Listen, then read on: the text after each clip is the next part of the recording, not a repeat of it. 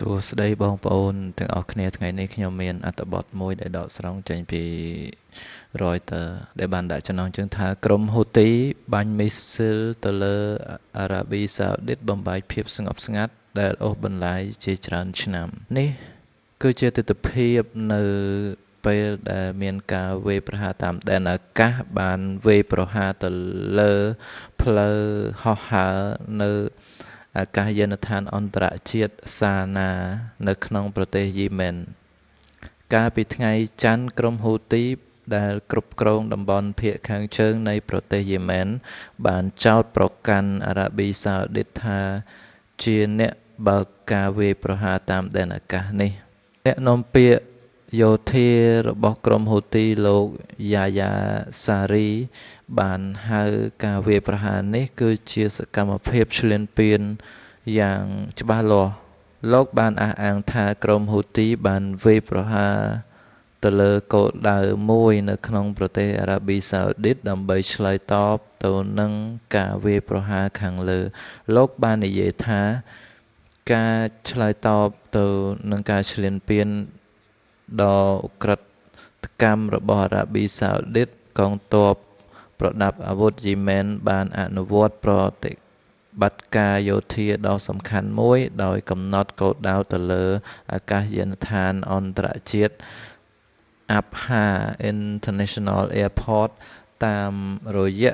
ការប្រើប្រាស់មីស៊ីលប្លង់និងយន្តហោះគ្មានមនុស្សបើកជាច្រើនគ្រឿងប្រតិបត្តិការនេះបានសម្រេចគោលដៅរបស់ខ្លួនដោយជោគជ័យ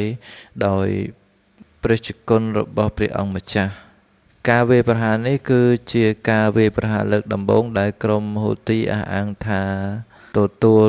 ខុសត្រូវនឹងប្រឆាំងអារ៉ាប៊ីសាអូឌីតចាប់តាំងពីបទឈប់បាញ់ក្រៅផ្លូវការ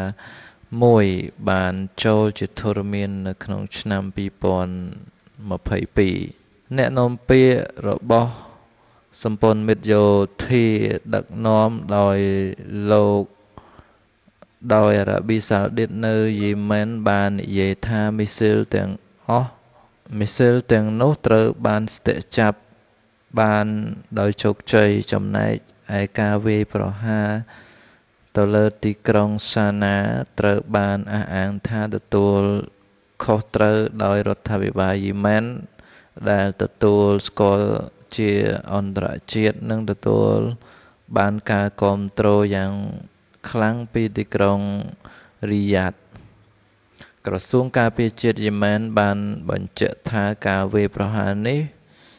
មានគោលបំណងទប់ស្កាត់យន្តហោះអ៊ីរ៉ង់មួយមិនឲ្យចុះចតដោយសារតែយន្តហោះនោះរំលោភទៅលើអធិបតេយ្យភាពរបស់ប្រទេសយេម៉ែនក្រោយមកអ្នកនាំពាក្យកងកម្លាំងប្រដាប់អាវុធយេម៉ែនបាននិយាយថាយន្តហោះនោះបានចុះចតនៅអាកាសយានដ្ឋានហ៊ូដៃដា Airport ដែលស្ថិតក្រោមការគ្រប់គ្រងរបស់ក្រុមហ៊ូទីវីដេអូដែលចេញផ្សាយដោយទូរទស្សន៍ AI Mass Ria TV ហាក់បង្ហាញពីយន្តហោះមួយរបស់ក្រុមហ៊ុនអាកាសចរ Mahan Air របស់អ៊ីរ៉ង់កំពុងចុះចតនៅទីតាំងនោះកាលពីថ្ងៃច័ន្ទទោះបីជាយ៉ាងណាសារព័ត៌មាន Reuters មិនអាចផ្ទៀងផ្ទាត់ទីតាំងនិងកាលបរិច្ឆេទដ៏ពិតប្រាកដនៅក្នុងវីដេអូនោះបានឡើយ